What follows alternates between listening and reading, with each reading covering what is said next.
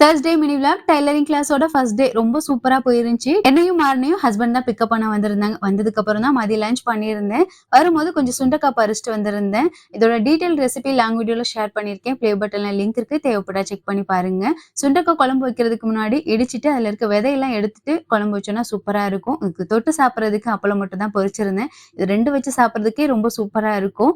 Evening போல ரொம்ப நாளா பிளான் பண்ணிட்டே இருந்தோம். ஸ்கூட்டி வாங்கணும் அப்படின்ட்டு ஃபைனலா வாங்கியாச்சு.